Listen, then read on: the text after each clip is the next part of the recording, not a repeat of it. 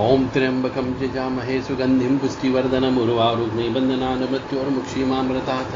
ओम ह्रौं जूं सः ओम भूर्भुवः स्वः। ओम त्र्यंबकं यजामहे सुगंधिं पुष्टिवर्धनम् उर्वारुकमेव बन्धनान् मृत्योर्मुक्षीमामृतात्। ओम स्वः भुवः भुः ओम सः जूं ओम ओम।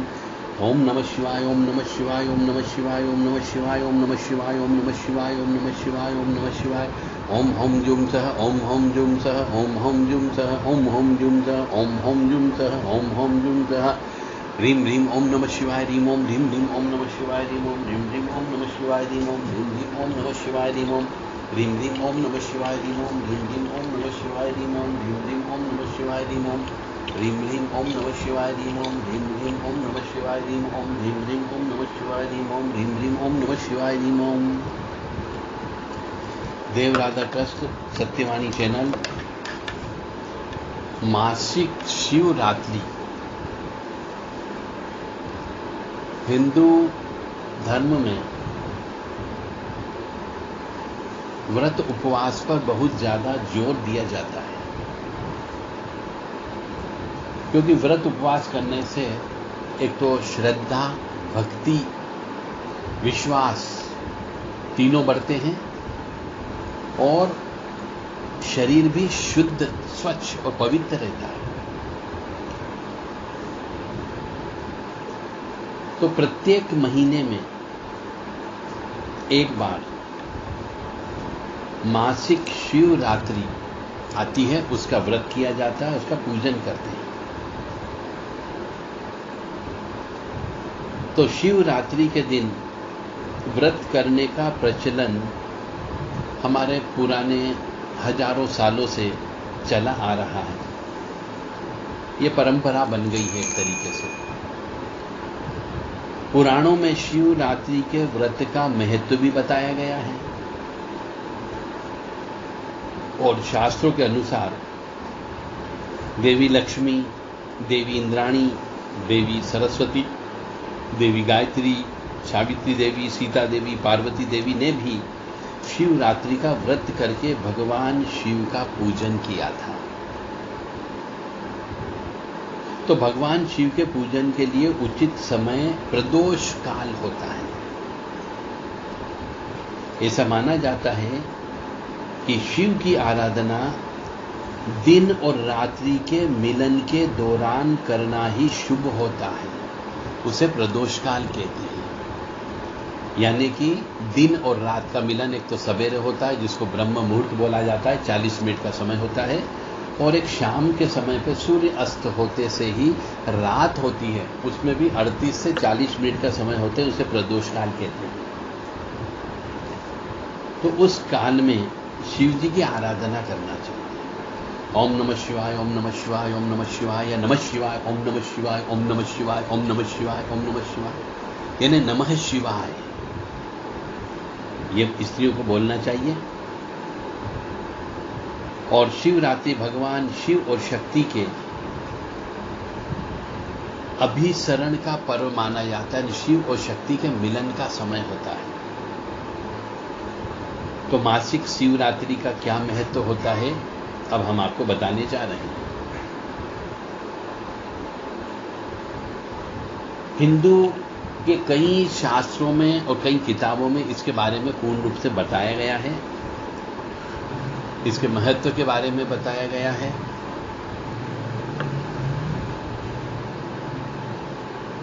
और कुछ जो शिव जी के बड़े भक्त होते हैं वो लोग साल में एक बार महाशिवरात्रि आती है। एक तो हर महीने जो शिवरात्रि आती है उसे शिवरात्रि बोलते हैं, परंतु महाशिवरात्रि वर्ष में एक बार ही आती है। उसको बड़ी धूमधाम से मनाते हैं। उस दिन पूर्ण रूप से उपवास रखा जाता है। रात को 12 बजे के बाद में शिव जी का पूजन अर्चन करने के बाद में उपवास को तोड़ा जाता है। और मासिक शिवरात्रि पर भी भोलेनाथ की आराधना करने की परंपरा बताई गई है। शिव पुराण में इस बारे में पूरा विस्तृत वर्णन दिया गया है। तो इस दिन जो है व्रत और उपवास करना चाहिए, भगवान शिव की आराधना भी करना चाहिए, जिससे आपकी मनोकामनाएं पूर्ण होती है। और एक बार जब इस नियम का पालन किया है तो आपको, जब तक आपके शरीर में आप स्वस्थ रहें, तब तक इस मासिक शिवरात्रि का व्रत उपवास करना चाहिए और शिव जी का पूजन अर्चन करना चाहिए। मासिक शिवरात्रि का पूजन अर्चन करने से कई मुश्किलें और अड़चनें जो आती है, रुकावटें आती है, वो सब दूर होने लगती है। और ऐसा भी कहा जाता है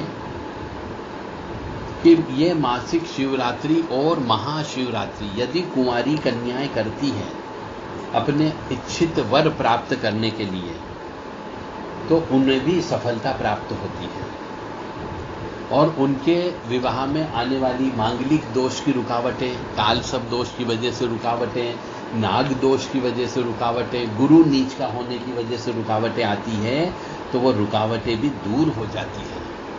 इसलिए यह शिवरात्रि, मासिक शिवरात्रि और महाशिवरात्रि, ये कुंवारी कन्याओं को करना चाहिए जिनका विवाह योग्य उनकी उम्र हो गई है और विवाह नहीं हो पा रहा है, या उनकी पत्रिका में कोई न कोई दोष है। और हर महीने आने वाली जो इस शिवरात्रि होती है, इस पर्व को, इस व्रत को दोनों व्यक्ति कर सकते हैं, स्त्री भी कर सकती है और पुरुष भी कर सकते हैं। जो व्यक्ति ये व्रत करता है उसे शिवरात्रि की रात को संपूर्ण रात भर जगना चाहिए और शिव जी की पूजा करना चाहिए। न रात को ही पूजा होती है, इसलिए महाशिवरात्रि कहा जाता है। महाशिव दिन नहीं बोलते हैं, और ये भी शिवरात्रि है, तो रात्रि का मतलब ही जहां पे जुड़ जाता है वहां पे रात को ही पूजा करना चाहिए। जैसे नवरात्रि, तो नवरात्रि में भी रात होने के बाद में ही देवी मां की विशेष पूजा करना चाहिए और रात भर जगना चाहिए, कम से कम 4 बजे तक। उसके बाद में आपको सोना चाहिए। इसलिए नवरात्रि बनाई गई है और शिवरात्रि बनाई गई है। और एक शिव की है, एक शक्ति की रात है। तो शिव शक्ति की इन रातों को रात में ही क्यों कन्वर्ट किया गया, रात शब्द ही क्यों लगाया गया? क्योंकि मनुष्य रात को शांति से इनकी आराधना कर सके, पूजा कर सके और शक्ति प्राप्त कर सके। इसलिए महाशिवरात्रि और नवरात्रि, महाशिवरात्रि शिव जी की हो गई, शिवरात्रि भी शिव जी की हो गई, और नवरात्रि देवी मां की होगी, शक्ति साधना होगी। ये बड़ा रहस्यमय ज्ञान है आपके लिए कि नवरात्रि में मनुष्य को दिन में कोई भी पूजा पाठ नहीं करना चाहिए, सिर्फ देवी मां के दर्शन करने मंदिर में चले जाओ। परंतु और जो भी आपको पूजन अर्चन, ध्यान, योग, हवन, पाठ, मंत्र जप कुछ भी करना हो, वह सब रात को ही करना चाहिए। और यदि उचित ज्यादा अच्छा होगा कि 11:30 बजे से 3:30 बजे तक आपको विशेष पूजन अर्चन करना चाहिए, चाहे शिवरात्रि हो या नवरात्रि हो। तो यह शिवरात्रि जो है हर महीने आती है। इस शिवरात्रि के व्रत को महिला पुरुष दोनों कर सकते हैं। रात को जग करके शिव जी की पूजा अर्चन करना चाहिए, और जब भी ये शिवरात्रि आती है मासिक, इस दिन सूर्य उदय के पहले ही उठना चाहिए। मतलब जितने भी हमारे यहाँ नियम धर्म बनाए गए हैं पूजा पाठ के, अनुष्ठान के, उन सब में नियम ये होता है कि सूर्य उदय के पहले अपना बिस्तर छोड़ देना चाहिए। यदि कोई साधक मनुष्य है तो उसे भी साधना के दौरान सूर्य उदय के पहले बिस्तर छोड़ देना चाहिए। और जो सिद्धिवान मनुष्य होते हैं वो तो सूर्य उदय के पहले ब्रह्म मुहूर्त में उठ ही जाते हैं। तो आप सभी से भी मेरा निवेदन है कि यदि आप बीमार नहीं पड़ना चाहते हो, यदि आप ऊपरी बाधा से बचना चाहते हो, यदि आप ऊर्जावान बने रहना चाहते हो, तो सूर्य उदय के पहले अपना बिस्तर छोड़ देना चाहिए, जिससे आपके शरीर में पॉजिटिव एनर्जी ज़्यादा बनी रहती है। तो ये जो शिवरात्रि है, इसकी साधना में भी आपको सूर्योदय के पहले स्नान करना है। उसके बाद में किसी भी शिव जी मंदिर में जाकर के शिव परिवार उनकी पूजन अर्चन करें, विशेष पूजन अर्चन करें। रुद्र अभिषेक करा सकते हो तो रुद्र अभिषेक करना चाहिए, और रुद्र अभिषेक में जल, दूध, घी, शहद, शक्कर, जो पंचामृत होता है, इनका प्रयोग करें। बेलपत्री अवश्य चढ़ा दें, एक पूरा नारियल श्रीफल के रूप में चढ़ा दें, ऋतु फल आप चढ़ा दें, बेलपत्री, बेलफल, धतूरा, ये सब अवश्य चढ़ाना चाहिए। इन सब की व्यवस्था एक दिन पहले आपको करना है। और यदि आप कोई शिव जी की विशेष पूजा नहीं जानते हो तो मंत्र जप करें, या फिर शिव पुराण का पाठ करें। शिव स्तुति को बोलना चाहिए, शिव अष्टक बोलना चाहिए, शिव चालीसा बोलना चाहिए, शिव जी के श्लोक का पाठ करना चाहिए। मतलब जितना भी हो सके शिव जी से संबंधित आपको स्तुति का गान करें, पाठ करें, और उनको रिझाने का प्रयास करें। शिव तांडव स्तोत्र का पाठ भी कर सकते हो। तो जय शिव शंकर, जय गंगाधर, करुणाकर करतार हरे, जय कैलाशी, जय अविनाशी, सुख राशि सुख सार हरे, पार्वती पति हर हर शंभो, पाहि पाहि दातार हरे, जय शशिशेखर, जय डमरूधर, जय जय प्रेमगार हरे, जय त्रिपुरारी, जय मदहारी, अमित अनंत अपार हरे, पार्वती पति हर हर शंभो, पाहि पाहि दातार हरे, निर्गुण जय जय सगुण अनामय, निराकार साकार हरे, पार्वती पति हर हर शंभो, पाहि पाहि दातार हरे, जय रामेश्वर, जय नागेश्वर, वेदनाथ केदार हरे, मल्लिकार्जुन सोमनाथ, जय महाकाल ओंकार हरे, पार्वती पति हर हर शंभो, पाहि पाहि दातार हरे, जय त्र्यंबकेश्वर, जय घूष्मेश्वर, भीमेश्वर जगतार हरे, काशीपति श्री विश्वनाथ, जय मंगलमय अधहार हरे, पार्वती पति हर हर शंभो, पाहि पाहि दातार हरे, नीलकंठ जय भूतनाथ, जय मृत्युंजय अविकार हरे, पार्वती पति हर हर शंभो, पाहि पाहि दातार हरे, जय महेश, जय जय भवेश, जय जय जय महादेव हरे, जय भवतारक तारक हारक, पातक दारक शिव शंभो, पार्वती पति हर हर शंभो, पाहि पाहि दातार हरे, दिन दुख हर सर्व सुख कर, प्रेम सुधाकर की जय हो, पार लगा दो भव सागर से, बनकर करुणाधार हरे, पार्वती पति हर हर शंभो, पाहि पाहि दातार हरे, जय मन भावन, जय अति पावन, शोक नशावन शिव शंभो, विपद विदारन अधम उदाहरण, सत्य सनातन शिव शंभो,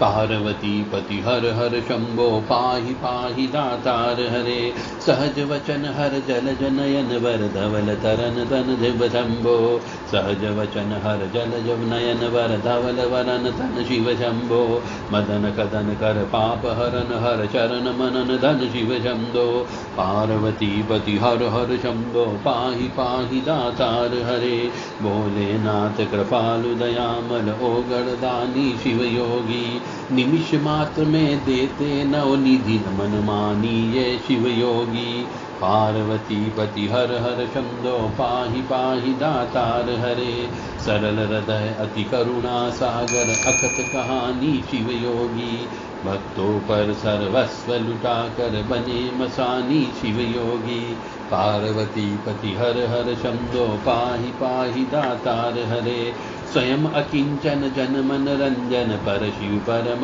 उदार हरे, भवाय जय जय, शर्वाय जय जय, जटाधराय शिव शंभो, रुद्राय जय जय, देवाय जय जय, हराय जय जय शिव शंभो। तो इस प्रकार से आप शिव जी की स्तुति का पाठ करना है, शिव पुराणों का पाठ करना है, शिवाष्टक का भी पाठ करना है, और शिव जी की जो यदि कोई मंत्र याद हो, इसके अलावा भी शिव संजीवनी मंत्र याद हो तो उसका करें, रुद्राष्टक याद हो तो उसको भी पाठ करें, मैंने शिव जी के सानिध्य में लेकर के, ये मान लो कि आपके पास शिव जी आए हैं, उनके सानिध्य में लेकर के उनको आपको प्रसन्न करना है। तो भगवान शिव की धूप, दीप, फल, फूल इत्यादि से पूजा करें। और इसके बाद शाम के समय फल खा सकते हैं, लेकिन जो व्रत करने वाला व्यक्ति होता है उसे अन्न ग्रहण नहीं करना चाहिए। और अगले दिन भगवान शिव की पूजा करें। दान आदि करने के बाद व्रत को खोलना चाहिए। ऐसा कहा जाता है कि जो मासिक शिवरात्रि के दिन जो मनुष्य शिव पार्वती की पूजा जो करता है उसके कर्जों से मुक्ति मिलती है। तो जिन मनुष्यों को, जिन धर्म प्रेमी बंधुओं को, जिन भाइयों को जिनके जीवन में कर्ज हो गया है, वो ये शिवरात्रि, जो मासिक शिवरात्रि आती है, ये मासिक शिवरात्रि का व्रत करना प्रारंभ कर दें। जो अमावस्या के कभी एक दिन पहले या कभी 2 दिन पहले आती है। इसके बारे में शास्त्रों में कुछ कथा भी बताई गई है। नमामि समीशान निर्वाण रूपम विभुं व्यापकं ब्रह्म वेद स्वरूपम निजं निर्गुणं निर्विकल्पं निरीहं चिताकाशमाकाशवासं भजेऽहं निराकार ओंकार मूलं तुरीयं गिराजानगोतीतमीशं गिरीशं करालं महाकालकालं कृपालं गुणागार संसारपारं नतोऽहम् तुषाराद्रिसङ्काश घोरं गम्भीरं मनोभूतकोटिप्रकाशी शरीरं स्फुरमौलिकल्लोलिनी चारुगङ्गालसद्वालबान्धेलुकण्ठे भुजङ्गा चलत्कुण्डलं भ्रूसुनेत्रं विशालं प्रसन्नाननं नीलकण्ठं दयालं मृगाधीशचर्माम्बरं मुण्डमालं प्रियं शङ्करं सर्वनाथं भजामि प्रचण्डं प्रकष्टं प्रगल्भं परेशं अखण्डम् अजं भानुकोटिप्रकाशं त्रिशूलं निर्मूलम् अनं शूलपाणि भजेऽहं भवानीपतिभावगम्यं कलातीतकल्याणकल्पान्तकारी सदा सत्य आनन्ददाता पुरारी चिदानन्दसन्दोहमोहपहारी प्रसीद प्रसीद प्रभो मन्मथारी न यावद् उमानाथ पादारविन्दं भजन्ति हि लोके परे वानराणां न तात्वसुखं शान्ति सन्तापनाशं प्रसीद प्रभो सर्वभूतादिवासं न जानामि योगं जपं नेव पूजं न तोऽहं सदा सर्वदा शम्भुतुभ्यं जराजन्म दुःखोदतातप्यमानं प्रभो पाहि आपन्नमाशीष शम्भो। तो इस प्रकार से आप मासिक शिवरात्रि के दिन शिव जी की जितनी भी स्तुति है उन सब स्तुतियों को बोल सकते हो, क्योंकि इन सब के लिए गुरु की आवश्यकता नहीं है। मैं यहाँ पे ये बार बार बताने का प्रयास कर रहा हूँ कि कौन सी चीज़ गुरु गम्य होती है और कौन सी चीज़ गुरु गम्य नहीं होती, क्योंकि आजकल ये एक ट्रेंड चल पड़ा है कि साहब हमें कोई गुरु नहीं मिल रहा है तो हम क्या करें, हमें गुरु नहीं तो हमारी पूजा नहीं लगेगी, इसलिए हम पूजा नहीं करते हैं। तो मैं उन सब से बोलना चाह रहा हूँ जो गुरु का आड़ लेकर के पूजा नहीं करना चाहते। आप कोई भी व्रत ले लें, उनसे संबंधित इष्ट देव का आप स्तुति का पाठ कर सकते हो, चालीसा का पाठ कर सकते हो, आरती कर सकते हो, उसके लिए कोई भी प्रतिबंध नहीं होता है, कोई गुरु से आवश्यकता नहीं होती है। तो जितनी भी स्तुतियां होती है इनको गुरु से लेने की आवश्यकता नहीं होती, गुरु से केवल मंत्र लिया जाता है। अब शिवरात्रि के बारे में शास्त्रों में कुछ कथा भी बताई गई है। पहली कथा, शिवरात्रि की कथा बहुत छोटी है। तो एक बार भगवान शिव के क्रोध के कारण पूरी पृथ्वी जो है, संपूर्ण पृथ्वी जलकर भस्म होने की स्थिति में थी। उस वक्त माता पार्वती ने भगवान शिव को शांत करने के लिए उनसे प्रार्थना की। उनकी प्रार्थना से प्रसन्न होकर शिव जी का क्रोध शांत होता है। तब से कृष्ण पक्ष की चतुर्दशी के दिन उपासना की जाती है। इसे शिवरात्रि व्रत कहते हैं। शिवरात्रि के व्रत से सभी प्रकार के दुखों का अंत होता है। संतान प्राप्ति के लिए, रोग मुक्ति के लिए शिवरात्रि का व्रत किया जाता है। यह शास्त्र में लिखा है, तो आप भी करें। और यदि आपके यहाँ बच्चे उत्पन्न नहीं हो रहे हो तो मासिक शिवरात्रि करना प्रारंभ कर दें। यदि आपके यहाँ पे रोग आ गए हों तो जिसको रोग लगा है उसको मासिक शिवरात्रि का व्रत करना चाहिए विधि विधान से। जो विधि विधान मैंने बताया है उस विधि विधान से कि अन्न का ग्रहण बिल्कुल भी नहीं करना है और फलाहार करना है, वो भी एक समय शाम के वक्त में। और ये पूजा पूरी रात भर चलती है। दूसरी व्रत कथा, विष्णु एवं ब्रह्मा जी के बीच में मतभेद हो जाता है तो दोनों में से कौन सा श्रेष्ठ है, इस बात को लेकर के दोनों के बीच में मन मुटाव हो जाता है। तभी शिव जी एक अग्नि के स्तंभ के रूप में प्रकट होते हैं और विष्णु जो ब्रह्मा जी से कहते हैं कि मुझे इस प्रकार से स्तंभ कोई भी सिरा दिखाई नहीं दे रहा है। तब विष्णु जी एवं ब्रह्मा जी को अपनी गलती का एहसास होता है और वे अपनी भूल पर शिव से क्षमा मांगते हैं। इस प्रकार कहा जाता है कि शिवरात्रि के व्रत से मनुष्य का अहंकार समाप्त होता है, तो मनुष्य में सभी चीजों के प्रति समान भाव जगता है। इस तरह कई प्रकार के विकारों से मनुष्य दूर हो जाता है। तो यदि अपने आप को लगता है कि हमारे भगवान के प्रति हमारे गलत विचार हैं, भगवान के प्रति हमारी गलत विचारधारा निकलती है, तो वो भी मासिक शिवरात्रि का व्रत करना प्रारंभ करते हैं, तो ये विकारों से दूर हो जाओगे।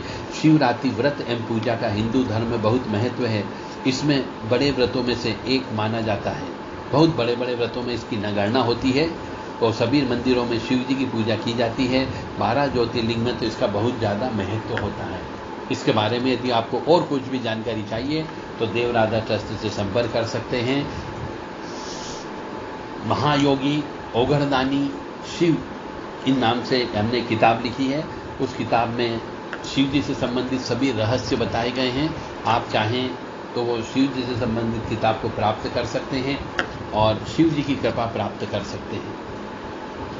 देवराधा ट्रस्ट से 9893128047 7649862712 से इन व्हाट्सएप नंबर पर अपना संदेश देकर के आप ये किताब प्राप्त कर सकते हैं।